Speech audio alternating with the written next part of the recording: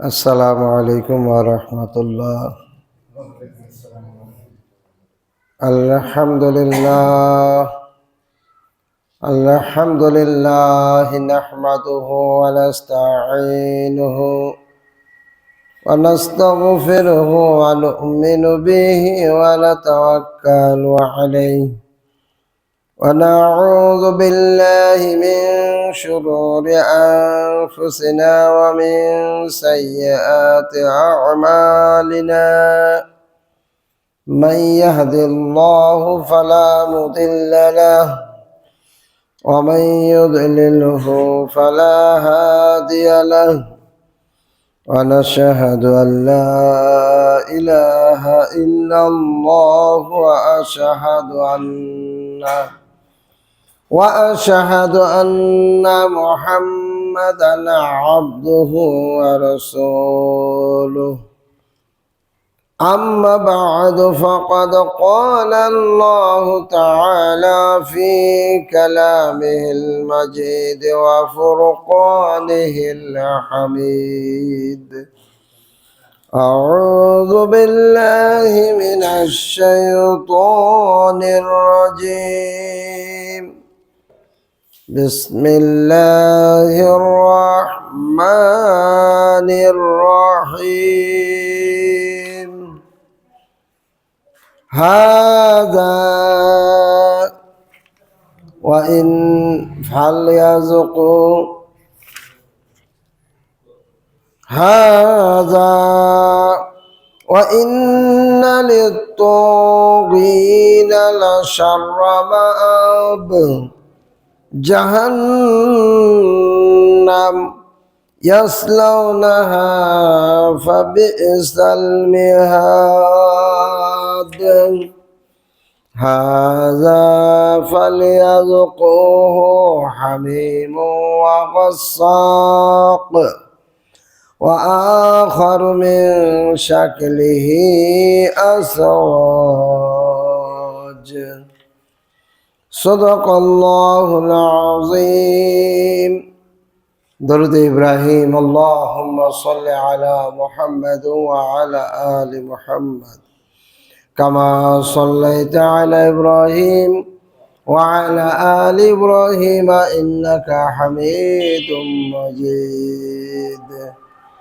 اللهم بارك على محمد وعلى آل محمد كما باركت على إبراهيم وعلى آل إبراهيم إنك حميد مجيد. السلام عليكم ورحمة الله. যাবতীয় প্রশংসা মহান আল্লাহ জাল্লা শানহুর দরবারে, যে আল্লাহ সুবহানাহু ওয়া তাআলা আমাদেরকে একটি মাস রোজা রাখার সুযোগ দান করেছেন। এজন্য সকলে বলুন আলহামদুলিল্লাহ। আল্লাহ পাকের ইবাদত বন্দেগী করতে পারাটা এটাও আল্লাহ পাকের সাহায্য। আল্লাহর সাহায্য ছাড়া আমরা তার ইবাদত বন্দেগী করতে পারবো না। সুতরাং আমরা যে রোজা রাখতে পেরেছি এটা আল্লাহ পাকের দান। বলেন আলহামদুলিল্লাহ। এই রোজা এসেছে, এই রোজা চলে যাচ্ছে, কিন্তু রাসূল সাল্লাল্লাহু আলাইহি সাল্লাম এই রোজার গুরুত্বের ব্যাপারে বলেছেন যে একটা রোজা যদি কেউ ইচ্ছাকৃতভাবে ছেড়ে দেয় তাহলে সারা জীবন যদি রোজা রাখে তারপরে ওই রোজার হক আদায় হবে না। সুবহানাল্লাহ। তাহলে পবিত্র মাহে রমজানের রোজার গুরুত্ব কি ধরনের আমরা এই বাক্যটা থেকেই বুঝতে পারি, ঠিক কিনা বলেন দেখি। আবার এই যে সিয়াম, আরবিতে বলা হয় সিয়াম, এই সিয়ামের মূল্যায়ন এত এত গুরুত্ব এবং সিয়ামের রাতগুলোর এত গুরুত্ব, আল্লাহর নবী বলে দিয়েছেন, যে ব্যক্তি ঈমান ও ইহতিসাব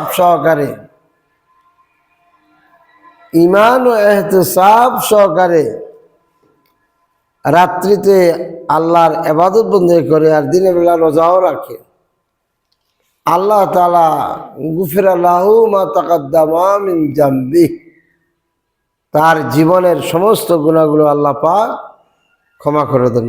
সুবহানাল্লাহ।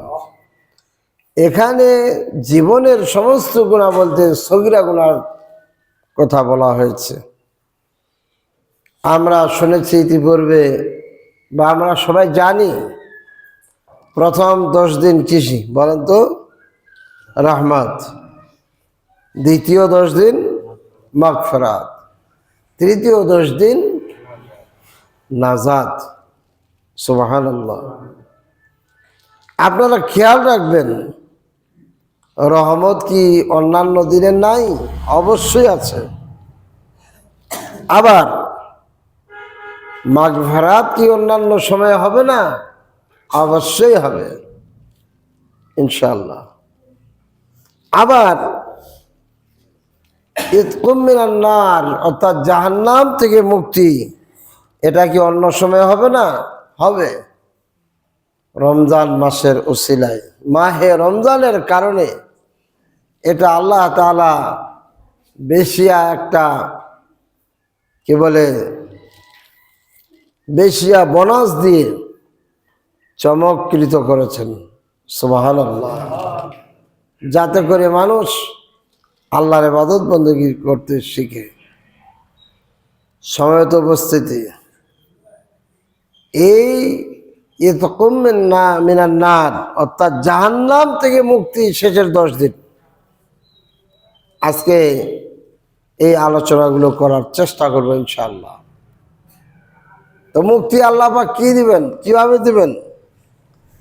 আল্লাহর নবী সাল্লাল্লাহু আলাইহি ওয়াসাল্লাম দিনে রাত্রে দোয়া করতেন, আল্লাহুম্মা ইন্নাকা আফুউন তুহিব্বুল আফওয়া ফা'ফু আন্নী ইয়া গফুর ইয়া গফুর ইয়া গফুর। হে আল্লাহ, নিশ্চয়ই তুমি ক্ষমাকারী, আর ক্ষমা করতেই তুমি ভালোবাসো। হে আমার প্রভু, তুমি আমাকে ক্ষমা করে দাও। হে ক্ষমাশীল, হে ক্ষমাশীল এবং হে ক্ষমাশীল, আমার জীবনের সমস্ত গুনাহগুলো মাফ করে দাও। বলেন সুবহানাল্লাহ। আর এই 10 দিন জাহান্নামের আযাব থেকে পানা চাইতে হবে। তবে এমনটি নয় শুধু 10 দিন চাইবেন, অনবরত আল্লাহর আযাব থেকে পানা চাইতে হবে। অনবরত আল্লাহর আযাব থেকে পানা চাইতে হবে। আযাব থেকে পানা চাওয়ার কারণে আল্লাহ রাব্বুল আলামিন ওই বান্দাদের উপরে খুশি হয়ে জাহান্নামের আযাব থেকে মুক্ত করবেন। সুবহানাল্লাহ। তাহলে এই যে 10 দিন জাহান্নাম থেকে মুক্তি, জাহান্নামটা কেমন, এই প্রসঙ্গে কিছু আমাদের আলোচনা আজকে করতে ইচ্ছুক ইনশাআল্লাহ। একটু জিকির করুন, লা ইলাহা ইল্লাল্লাহ, লা ইলাহা ইল্লাল্লাহ, লা ইলাহা ইল্লাল্লাহু মুহাম্মাদুর রাসূলুল্লাহ সাল্লাল্লাহু আলাইহি ওয়াসাল্লাম। এই আয়াতগুলো তেলাওয়াত করে শুনাইলাম সূরা সদ থেকে, প্রায় 55 থেকে 65 নম্বর আয়াতগুলো ব্যাখ্যা আজকে আমরা শুনবো ইনশাআল্লাহ। জাহান্নাম থেকে বাঁচার জন্য শেষ 10 দিনে আল্লাহর কাছে বেশি বেশি করে চাইতে হবে। আল্লাহ পাক বলেন হাযা, সাবধানীদের জন্য কি সুন্দর আলোচনা, কত গুরুত্বপূর্ণ আলোচনা। ওয়া ইন্না লিত-তাগিনা লাশাররা মাআব, আর নিশ্চয়ই মানুষের তৈরি করা মতবাদ যারা সৃষ্টি করে এই ব্যক্তিগুলোর জন্য বড় একটা নিকৃষ্ট স্থান, সেটা হচ্ছে জাহান্নাম। বলেন নাউযুবিল্লাহ। জাহান্নাম, এই জাহান্নামটা হলো বড় নিকৃষ্ট স্থান। এই জাহান্নাম থাকবে তাগুতদের জন্য। তাগুত মানে কি? তাগুত হচ্ছে মানুষের তৈরি করা মতবাদের উপরে চলা, কিন্তু সকল ক্ষেত্রে আমাদেরকে আল্লাহর নিয়মের উপরে, বিধানের উপরে চলতে হবে। এটার নাম হলো মুসলমানি। আল্লাহ রাব্বুল আলামিন বলেন জাহান্নাম, এই জাহান্নাম বড় নিকৃষ্ট আবাসস্থল। ইয়াসলাউনাহা, তারা সেই জাহান্নামের ভিতরে প্রবেশ করবে। বলেন নাউযুবিল্লাহ। জাহান্নামের ভিতরে প্রবেশ করবে।